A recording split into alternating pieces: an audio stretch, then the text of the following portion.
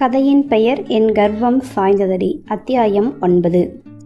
மங்களம் சைந்தவியின் அறையையே பார்த்து கொண்டிருந்தார். சைந்தவி வெளியே சாப்பிட இன்னும் வரவில்லை. மங்களம் கவலையுடன் சிவகுமாரிடம் கூறிக்கொண்டிருந்தார்.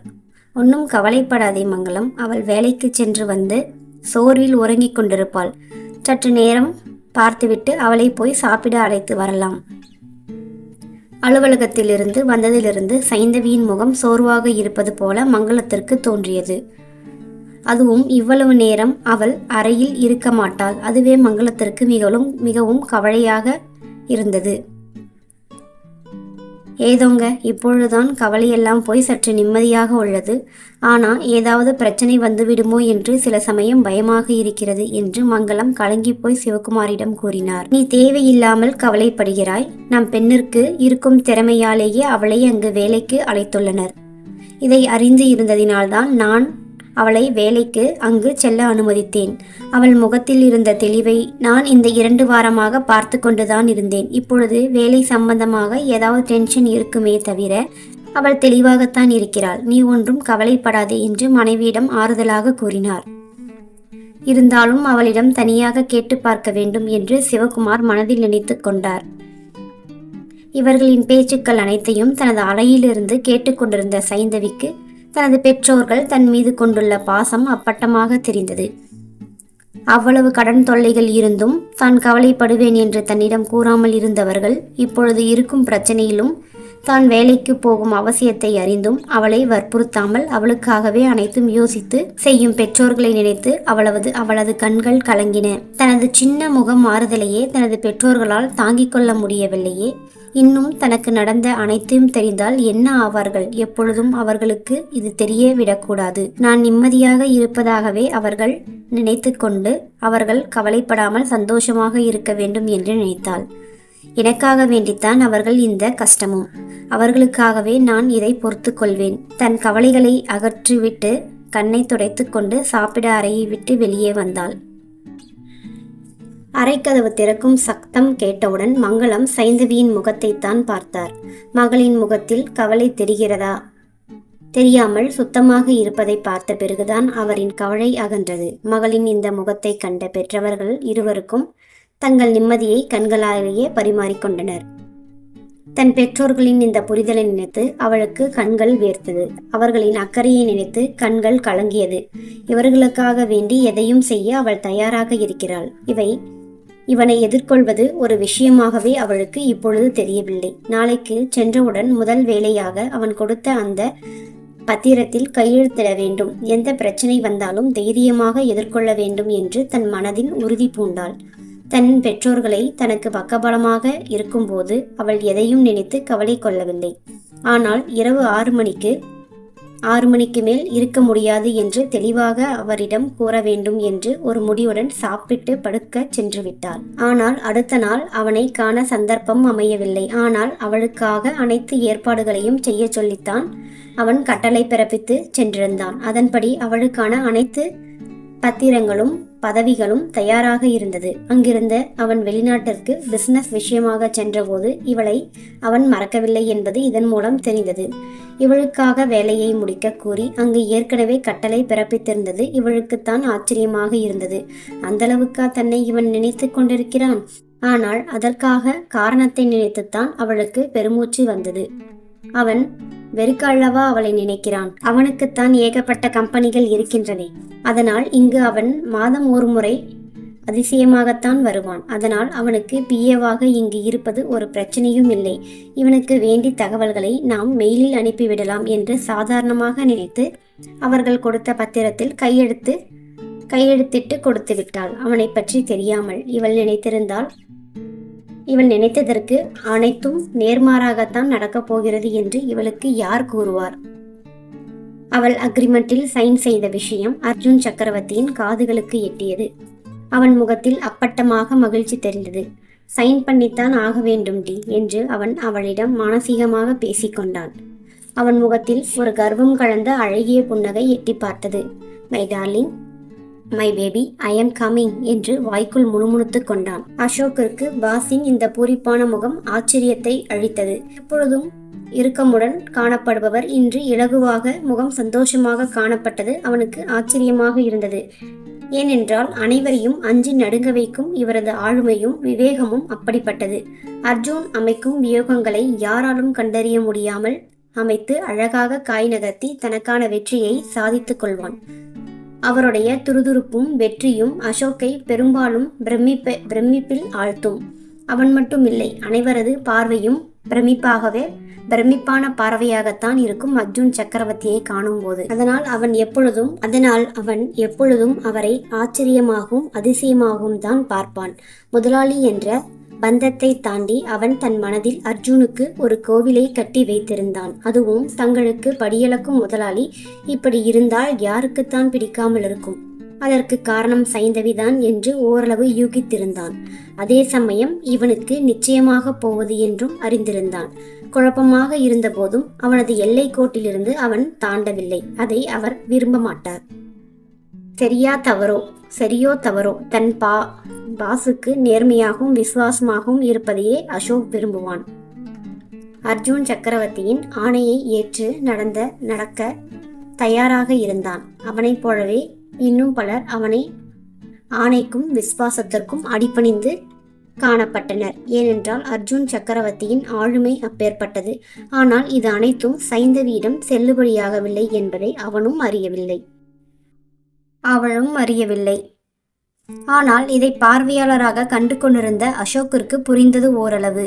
அவன் அந்தஸ்து கௌரவம் அவனது கண்ணையும் மனதையும் மறைத்தது. அவன் புரிந்து கொள்ளும் போது அவள் இவனை ஏற்க தயாராக இருப்பாளா? பிசினஸில் மன்னனாக இருப்பவன் வாழ்க்கையில் எப்படியோ? ஒரு வாரம் கழிந்து இன்று காலையில்தான் வெளிநாட்டிலிருந்து வந்திருந்தான். வந்த உடனேயே சைந்தவியை பார்க்க வேண்டும் என்று அவனது மனதில் ஒரு குறுகுறுப்பு ஏற்பட்டது. ஆனால்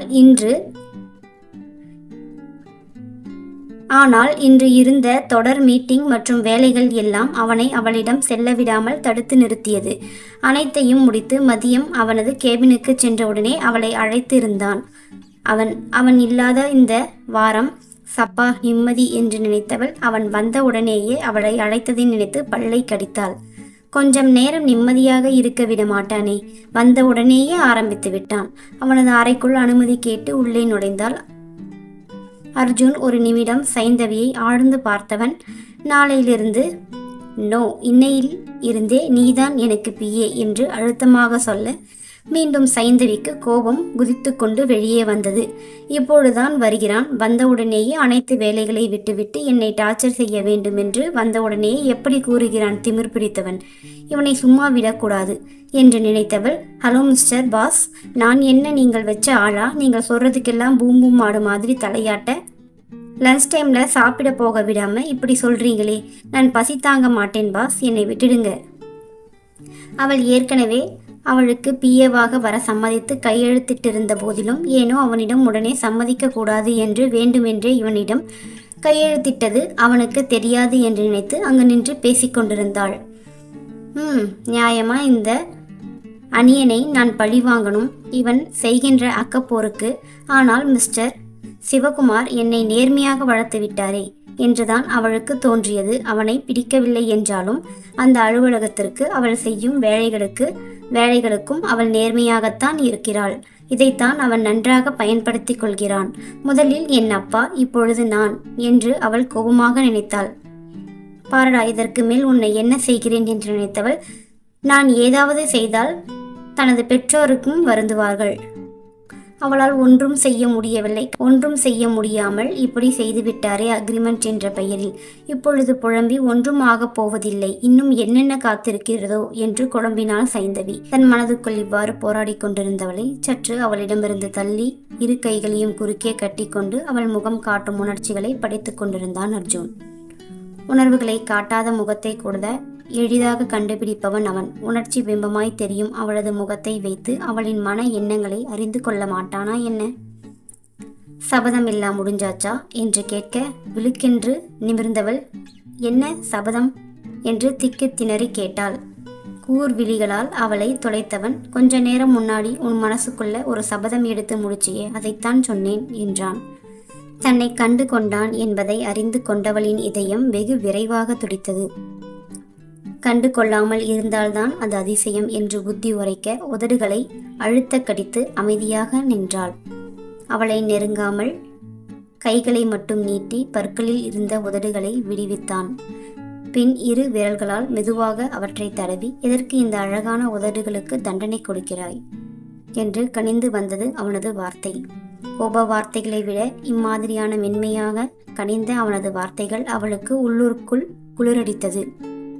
இதை மேலும் வளரவிடக்கூடாது என்று நினைத்தவள் அவனின் கையில் இருந்து தனது உதடுகளை விடுவித்துக் கொள்ள ஏன் என்றான்.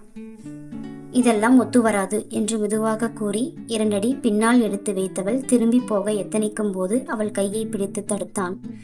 ஏன்னு கேட்டேன் என்று கேட்டவனின் குரல் கோபத்தை கட்டுப்படுத்தி கொண்டு வந்தது. இது நிலையானது அல்ல, ஒத்து வராது நமக்குள். இதுவரை இவ்வளவு நேரம் என் கூட இருந்தபோது அப்படி தெரியலையே என்று அவள் இதழ்களை பார்த்து கொண்டே கேட்க இதற்கு என்ன பதில் சொல்வாள்? சில நிமிடங்களே ஆனாலும் அவளது மனதில் ஏற்பட்ட அந்த சலனம் இல்லை என்று ஆகிவிடுமா என்ன? அவனது கண்கள் அவனிடம் மயங்குவதை கண்டுபிடித்து விட்டன. மெல்ல அவளை நெருங்கி, உன்னை என்னிடம் இருந்து யாராலும் காப்பாற்ற முடியாது. அதில் விழிவிரிந்து வாயை பிளந்து அவனை அவள் பார்த்தாள். அவளுடைய விரிந்த கண்ணையும் மீன் குஞ்சு போல ஒவ்வொன்று பிளந்த வாயையும் பார்த்தவனின் கோபம் மெல்ல மட்டுப்பட்டு, honey, you are so gorgeous என்றான் அர்ஜுன் கிறக்கமாக. இந்த 1 வார காலமாக அவளை பிரிந்திருந்ததும் அவளை பார்க்காமல் இருந்ததும் அவனுக்கு ஒரு மாற்றத்தை ஏற்படுத்தியது. அதனாலேயே அவனை அறியாமல் அவனது இந்த வார்த்தை அவனது உதடுகளில் இருந்து வெளியே வந்தது. அக்கால தொட்டு இக்கால வரை தன்னவன் தன் அழகை புகழ வேண்டும் என்பது ஒவ்வொரு பெண்ணின் மனகுகையில் இருக்கும் மிக ரகசிய பெட்டி. பெரும்பாலான ஆண்களுக்கு அவை தெரிவதில்லை. வெகு சிலரே அந்த குகைக்குள் நுழைந்து ரகசிய பெட்டியை அறிந்து தன்னவளையும் புகழ்ந்து அந்த மொத்த அழகையும் சொத்தையும் புதையலும் கொள்ளை கொள்ளும் கல்வனாக மாறுகிறார்கள். அதில் நம் கல்வனுக்கெல்லாம் கல்வனே. அவன் வார்த்தைகளில் சட்டென்று இவள் நாணம் கொண்டு கீழே குனிந்து கொள்ள அதில் கரைந்தவன் மெல்ல அவள் அருகே வந்து, நான் அப்பவே சொன்னேன் இல்லையா, யூ ஆர் மைன் ஆல்வேஸ். அது எப்பொழுதும் என் நிலையிலும் மாறாது. நான் என்னவாக இருந்தாலும் எப்படிப்பட்டவனாக இருந்தாலும் உனக்கு எல்லாமே நான் தான். அதே போல்தான் எனக்கும் நீ மட்டும்தான். என்கிட்ட இருந்து எப்பவும் நீ தப்பிக்க நினைக்காதே என்று அழுத்தமான குரலில் கூறினாலும் முகம் என்னவோ கனிந்திருந்தது அர்ஜுனுக்கு. என்ன என்று அதிர்ந்து அவனை பார்த்தாள். இவனோடா? நானா? உள்ளுக்குள் உதறல் எடுக்க, இல்லை இல்லை, இவனுக்கு எப்படியாவது சொல்லி புரிய வைத்தே ஆக வேண்டும் என்று நினைத்தவள் வறண்டிருந்த தொண்டையை எச்சில் கூட்டி விழுங்கியபடி அவனை நிமிர்ந்து பார்த்து, இது சரி வராது. எனக்கும் உனக்கும் எந்த விதத்திலும் ஒத்து வராது. அது மட்டும் இல்லை, நான் சாதாரண மிடில் கிளாஸ் ஃபேமிலி பொண்ணு. நான் சமூகத்தோட வாய்க்கு ரொம்பவே பயந்தவள். வேகமாக கூறியவள் அவன் திரும்பி ஏதாவது கூறுவதற்குள் அங்கிருந்து வேகமாக வெளியேறியிருந்தாள். அங்கிருந்து நகர்ந்த சைந்தவிக்கு நாளையில் இருந்து அவனுடன் எப்படி சேர்ந்திருப்பது என்ற பயம் இப்போதே அடிவயிற்று நன்றாக பிராண்டியது. சைந்தவிக்கோ அர்ஜுன் ஏன் இப்படியெல்லாம் செய்கிறான் என்ற எண்ணம் உள்ளுக்குள் அவளை வண்டாக குடைந்து கொண்டே இருந்தது. ஏன் அவளை தன் அருகில் வைத்து கொள்ள நினைக்கிறான் என்று அவளுக்கு புரியவில்லை. அவளை ஆட்டி படைக்கும் அவனுக்கே புரியவில்லை. அவளுக்கு எங்கிருந்து புரிவது? அவளுக்கு மனதில் ஏனோ பயமாக இருந்தது. என்ன செய்து விட்டேன் நான்? எப்படி இவனுடைய தொடுகைக்கு இழகினேன்? இவன் என்ன செய்து வைத்தான் என்னை? என் மனம் இவனிடம் மயங்கிவிட்டதா? இல்லை, என்றோ இவன் என் மனதை எடுத்துக்கொண்டான் என்ற உரிமையில் நான் இவனிடம் உருகுகிறேனா? அப்படியென்றால் என்ன பெண் நான் என்று தன்னைத்தானே அவள் கோபத்துடன் கேட்டுக்கொண்டாள். பெண்ணின் மனதை வெல்லாமல் எவராலும் அவள் உடலினை உணர்வுகளை வெல்ல இயலாது என்ற உண்மை அவள் எப்போது அறிவாள்? அவளது உள்மனம் என்றோ அவனது அருகாமையையும் பாதுகாப்பையும் ஏற்றுக்கொண்டது. தன் மனதினை உணரும் முன்னே தன்னை அறியாமலேயே அவளை தாம் தேடுகிறோம் என்று அவள் உணராமலேயே சைந்தவி தன்னை வருத்தி கொண்டாள். இந்த அத்தியாயம் தங்களுக்கு பிடித்திருக்கும் என்று நம்புகிறேன்.